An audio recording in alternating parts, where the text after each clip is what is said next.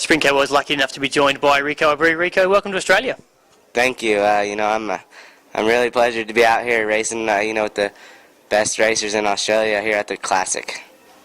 Now you spent a bit of time also at Parramatta at the start of the year, then you went home for the Chili Bowl, so you've been pretty busy.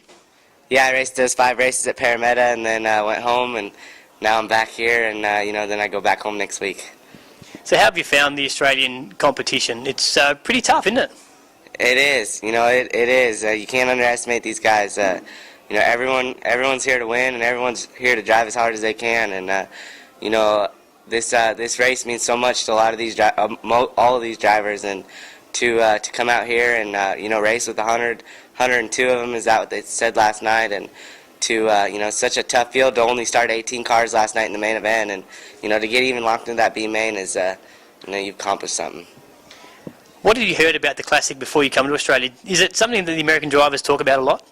Definitely. I think it's definitely a race everyone wants to cross off their win list, and to come and defend to beat all the Australian drivers and all the American drivers here at one track is it's really cool to come out here and race with all these guys, and all the racing is good, and the track's really good. They have good equipment, they work it, and the track's never bad.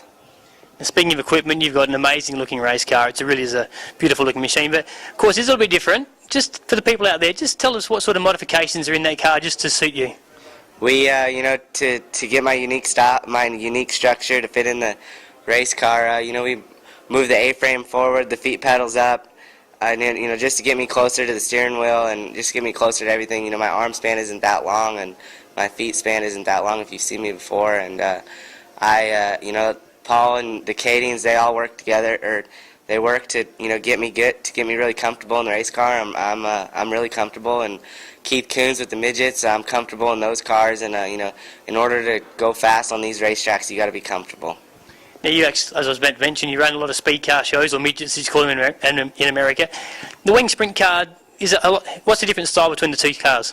You're a lot freer on the the midgets, just because you don't have all that downforce from the wing, and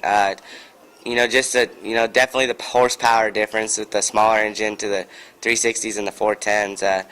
I really enjoy driving both of them. I'm surrounded by good people working on both those cars, and the wing car and the midgets with Keith Coons, and the wing car with Paul Silva. I really enjoy being around all those guys. I'm surrounded by a great group of guys, and they work hard to get me out on the racetrack and to get me fast, and everything pays off there when we pick up a win or race well at the end of the night. Now we're at the Classic. Let's go to another big event that you've recently competed at, the Chili Bowl. For most people in Australia, we don't get to see it. It's during our high season, so we don't get to go to America. What's it like to walk into that venue, see that many speed cars and that sort of crowd on that little small racetrack?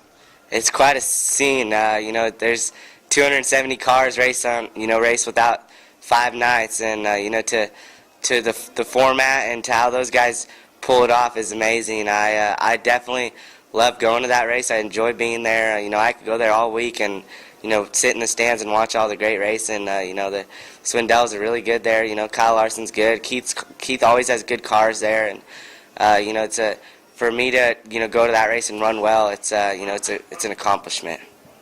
Now you mentioned that make the B main here at the Classic is a bit of an accomplishment. You managed that last night. How have you seen your Classic performance so far, and the racetrack? We struggled there in qualifying. We just went out. We went out late. We were a little free, and we didn't qualify well, but we made it up in the heat races last night and got us some points. We're sitting 27th in points tonight, and to have these 2 heat races, and if we can pull off some more points in these heat races. Every time we were on the track last night, we went forward, and if we can keep that up, I think we'll be fine getting into this feature, and hopefully start up the back and work our way up. Now here in Australia, we've got a lot smaller racetracks than what you do in America. You're coming from California. Is that really helped you think adapt to our tracks? Definitely. I come from a short track background there in California. There's not many big tracks besides Calistoga or Hanford or Tulare. Those are I go well at those tracks too. But the tracks I like is Placerville and the little bull rings, and to come out here, they got a few of those tracks, and I think here this speedway is that think that it's one of the biggest tracks in Australia that I've been to, and it's fast. You have a lot of wing speed here, and you can you can get bowed up behind someone and get some dirty air, and but it's if you race smart here, you'll be fast. Now, besides all the, of course, the Australians that go race regularly in America that you would have seen a bit of, who in Australia has impressed you during your tour? Definitely James McFadden. He's always exciting to watch. I like the veterans too. Dumsey and Robbie Farr. I enjoy watching those guys. But I always watch James McFadden every time he's on the track because he's a smart driver, and he makes the right decisions every time he's on the racetrack, and he wins a lot of races. Speaking to a few of the Americans like I have over the last probably week or so, everyone says that they love watching James McFadden, just simply because he's what he does on the racetrack. What is it that another driver likes about watching another driver? Is it just the way that they're smooth on the throttle, or is it the way they change lines? What is it that makes a good race driver? Well, definitely if you're going forward, everyone wants to watch that car that's fast, that consistently on the racetrack, and see where they can better themselves to to go out and beat those guys. James McFadden is a driver that doesn't make many mistakes, and 410 sprint car racing is all about the driver that makes the least amount of mistakes, and with the power ratio, it's really easy to make mistakes in these 410 sprint cars. But definitely watching James, he's well driven. He's straight headed, and he's just a good driver. Now, Knoxville this year also we saw Kyle Larson win the prelim night with the Abreu Vineyards on the race car. How did that feel as a family member to win at Knoxville at the Knoxville Nationals? Even though it was a prelim. Yeah, it was cool to have Kyle run our car at Knoxville, and they won a few races in it with Davy Jones working on it, and that car's kind of parked right now just to we're not sure what Kyle's schedule's like, but it's there for him when he wants to run it, and Kyle's he's a really unique kid, and I like spending every chance I get around him, and we have a close friendship, and for him to run our car is pretty special, and to what he's done the past 2 years in his career, he's won some races. Yeah, he certainly has, and of course he's moving on to the NASCAR side of things now. Did you ever have any aspirations to perhaps driving that, or haven't you been able to do that? Definitely. Everyone's dreams to go to NASCAR, but I need to focus on what I'm doing right now is wing sprint cars and midgets. Also, this year I'm going to run about 60 sprint car races and about 35 midget races. So I got a lot of races to run this year and to focus on, and I can't be worrying about what my future is going to be like when I need to worry about what's going on right now. Now, as you say, the car you drive, of course, has been modified. Are you leaving the car here so you can come back in future years? Yeah, I want to leave it here, and hopefully Dennis Farr will, contain it for us and, keep it so we can come back next year. We've crashed a little bit while we've been here, so we're going to have to send some spare parts. But, Dennis is helping us out, Farr, and for him to do that, I thank him and, Paul Silva for coming out here and helping me. So if you do come back out, any chance that perhaps you might want to expand the schedule a bit and sort of travel around Australia a bit more? Yeah, I'd like to, run some World Series races and run some races in Sydney, and, definitely come here for the Classic and, Mount Gambier and Avalon. So those are all races that we need to be at if we're coming out here. Now, we're pretty early still here. Of course, we're still a couple of hours away from racing. The fans here in Australia, the place is packed already. They take to all Americans really well. They've really taken a shine to you this year. They do. The fans, this is a big sport for them, and to get 10,000 people in this stadium or around this perimeter of this racetrack is awesome.